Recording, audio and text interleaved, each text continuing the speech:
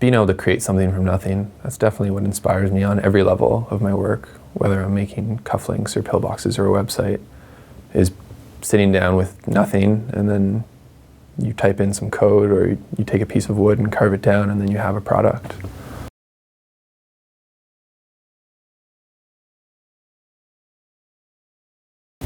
I guess striving for artistic perfection in whatever I do, including making tea, gives me a lot of satisfaction, and the tea tastes really good. If I had to describe Third Sun in one sentence, I would say it's beautiful, usable objects, handmade with lasers and love. Which happens to be my tagline, but I'm willing to cheat there.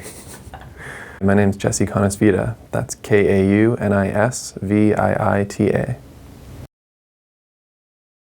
My family background is 3/4 Finnish. There's a family reunion every 3 years, but I've never been. And I really want to see the Northern Lights in like Lapland. My middle name is Harrison. In a lot of Scandinavian countries, your last name is derived from your father's first name. So my dad's name is Harry. And I think it doesn't hurt that he's a huge Beatles fan. When I was choosing a name for the business, I really wanted to reflect the fact that I wouldn't be who I was without my family. And I wanted to sort of quietly pay homage to my parents and my brothers, because they've all had a very strong influence on who I am and all of my skills. My brother Daniel taught me to play piano when I was a kid, and be all of the other characters in adventure games that we would play. A one-man show that he would run for me and sometimes my cousin. My brother Jordan has always been like this amazing mechanical genius. He can do amazing things, and when he's done, it's like this perfect, flawless product. My mom taught me a lot of my artistic skills. She's definitely the artistic inspiration. She taught me to paint, taught me to sew. My dad taught me a lot about work ethic, and he's just an endless fountain of wisdom and has been a huge influence on my life.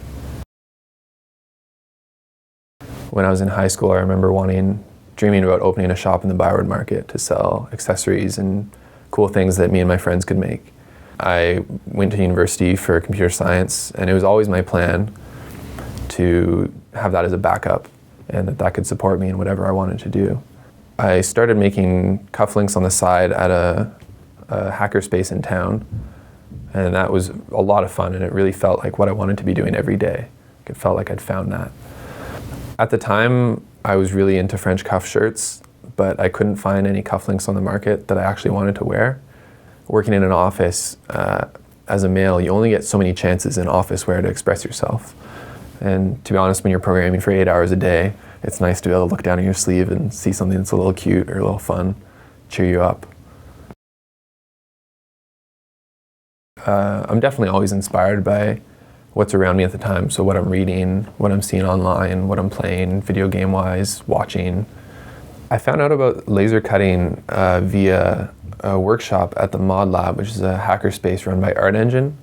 And I went, and it was like this hour-long session on how to use a laser cutter, and my mind was blown.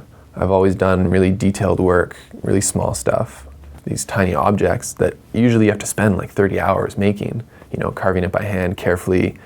All of a sudden the laser made all those possible. And as Britta, who's the technical director of Art Engine, said, I became a laser junkie after that. But I was starting to look for other things I could make that more people would be interested in, because I knew I wanted to make this a living at some point. So I started playing around with other objects, and then that's what led to Third Sun. A lot of stuff just out of necessity comes up. My workshop light switch, it's a dimmer switch, the knob fell off, and I went to go put it back on, and it was just this ugly plastic beige thing. So I made a new light switch, and I made a new cover. And they're beautiful, I love it. It's a little improvement to my house and my life. I started on medication a few months ago, and my doctor started me with some samples that she had gotten. So she just punched them out into a urine sample container and gave it to me. So I went home took my pill the first night, and opening up the urine sample container, I was like, this sucks. I need to make something better. So I'd been working on these cat cufflinks. So I took the cat design, blew it up a bit, turned it into a box, cut it out, glued it, and I had my first pill box. I've been keeping my pills in that ever since. So now every time I take a pill, I get to smile because it's just a cute little cat looking up at me. Having small things that brighten your day has always been a way I've coped with it. Just having, a beautiful piece of art, or like an orange with breakfast because it's bright and colorful, like that makes a difference. Having flowers on your desk, that makes a difference. So, and being so in control of my own work and my own life, and that need to balance my life has become a lot more apparent. So I've been getting better at managing it, better at anticipating it, and reaching out when I need some help.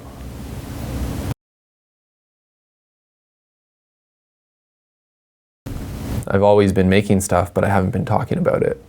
So I'm trying to fix that and taking pictures of what I do and posting that online, sharing it with people and engaging people in what I'm doing. When you make something by hand, every stitch or every motion you put into it, that imbues a little bit of magic in whatever you're making, a little bit of love. And I think you see that in the end product. It's a little intangible, but you can tell when something has been made that way. So I try to bring that to my objects. It's a good merger of a lot of my skills, which is part of my goal of doing it, is to balance my artistic side with my programming side. As long as it can fit in the laser bed, you can make anything. It's amazing. So I haven't really run out of ideas for stuff to make. It's more just finding the time to do it all.